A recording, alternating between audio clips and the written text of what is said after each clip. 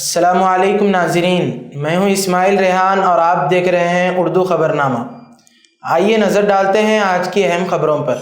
BRS کے ایک اور MLA اریکاپوڈی گاندھی نے ہفتے کو chief minister A Revanth Reddy کی موجودگی میں کانگریس پارٹی میں شمولیت اختیار کی۔ وہ 2023 کے اسمبلی انتخابات میں گلابی پارٹی کے اقتدار سے محروم ہونے کے بعد کانگریس میں شامل ہونے والے BRS کے 9ویں رکن اسمبلی ہیں۔ ان کے ساتھ Serilingampally corporator Nagender Yadav, Miyapur corporator Uppalapati Srikanth, Chandanagar corporator Manjula Raghunath Reddy, Hydernagar corporator Narne Srinivas بھی پارٹی میں شامل ہوئے۔ گاندھی نے اپنے سیاسی کیریئر کا آغاز تیلگو دیشم پارٹی سے کیا اور بعد میں BRS میں شمولیت اختیار کر لی۔ انہوں نے تلنگانہ اسمبلی میں BRS حکومت کے وپ کے طور پر بھی خدمات انجام دی۔ حکومت کا ہر سال 25 جون کو سمودھان ہتیا دیوس منانے کا فیصلہ۔ پرینکا گاندھی کی BJP پر سخت تنقید۔ کانگریس لیڈر پرینکا گاندھی واڈرا BJP پر سخت حملہ کرتے ہوئے کہا کہ اس میں کوئی تعجب کی بات نہیں ہے کہ جنہوں نے آئین کی مخالفت کی اور اس کے خاتمے کا مطالبہ کیا وہ سمودھان ہتیا دیوس منانے کا فیصلہ کرتے ہوئے منفی سیاست میں ملوث ہو رہے ہیں۔ پرینکا کے یہ ریمارکس ایک ایسے وقت سامنے آئے ہیں جب مرکزی وزیر داخلہ امت شاہ نے کل اعلان کیا کہ حکومت نے 25 جون کو یہ دن منانے کا فیصلہ کیا ہے، جس دن 1975 میں ایمرجنسی کا اعلان کیا گیا تھا۔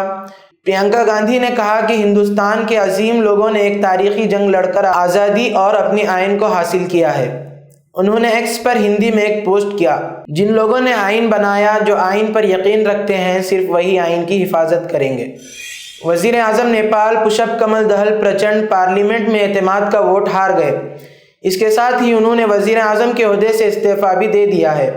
دراصل پچھلے ہفتہ کمیونسٹ پارٹی آف نیپال اور یونیفائیڈ مارکسسٹ لیننسٹ نے گورنمنٹ سے اپنی سپورٹ واپس لے لی، جس کے بعد پارلیمنٹ میں تحریک اعتماد پیش کیا گیا۔ جب تحریک اعتماد کے لیے ووٹنگ ہوئی تو ضروری نمبر حاصل کرنے میں پشپ کمل دہل ناکام ہو گئے۔ دراصل نیپال کی پارلیمنٹ میں 275 نشستیں ہیں۔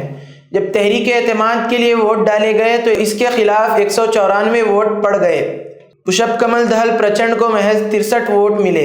اعتماد کا ووٹ حاصل کرنے کے لیے انہیں کم از کم 138 ووٹ کی ضرورت تھی، لیکن وہ اس کا نصف بھی حاصل نہیں کر سکے۔ اور کرنے والی بات ہے کہ 25 دسمبر 2022 کو عہدہ سنبھالنے کے بعد پشپ کمل دہل نے 4 بار اعتماد کا ووٹ حاصل کیا، لیکن اس بار انہیں ناکامیابی ہاتھ لگی۔ پٹنہ ہائی کورٹ کے حکم کے بعد NTA کے ذریعے منعقدہ قومی اہلیت کے ساتھ داخلہ ٹیسٹ نیٹ 2024 کے سوالیہ پرچہ لیک ہونے کے معاملے میں پٹنہ سول کورٹ کی ایک خصوصی عدالت نے آج 13 افراد کو گرفتار کر لیا۔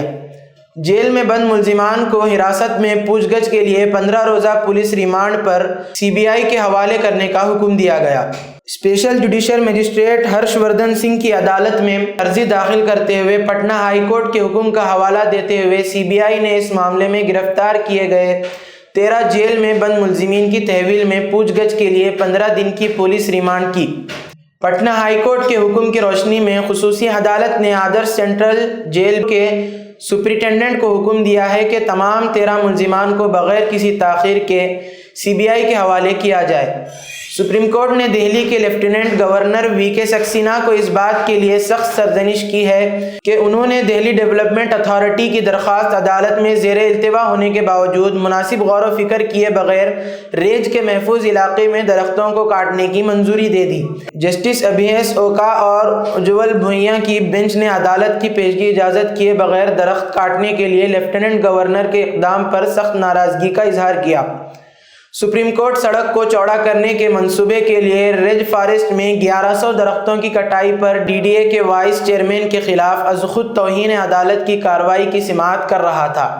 عدالت عظمیٰ نے اس معاملے میں لیفٹیننٹ گورنر کے ملوث ہونے کو چھپانے کی کوششوں کی بھی مذمت کی اور کہا کہ اسے سماعت کے پہلے دن ہی بتا دیا جانا چاہیے تھا کہ لیفٹیننٹ گورنر نے پہلے ہی درختوں کی کٹائی کی ہدایات جاری کر دی تھیں۔ گجرات کے بھڑوچ شہر کا ایک ویڈیو سوشل میڈیا پر وائرل ہو گیا ہے، جس میں ایک ہوٹل کی 10 ملازمتوں کے لیے تقریباً 1000 نوجوان انٹرویو دینے پہنچے تھے۔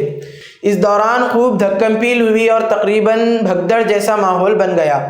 وائرل ویڈیو میں نظر آ رہا ہے کہ بڑی تعداد میں نوجوان ایک ہوٹل میں ملازمت کے لیے پہنچے ہیں اور ان کے درمیان دھکا مکی ہو رہی ہے۔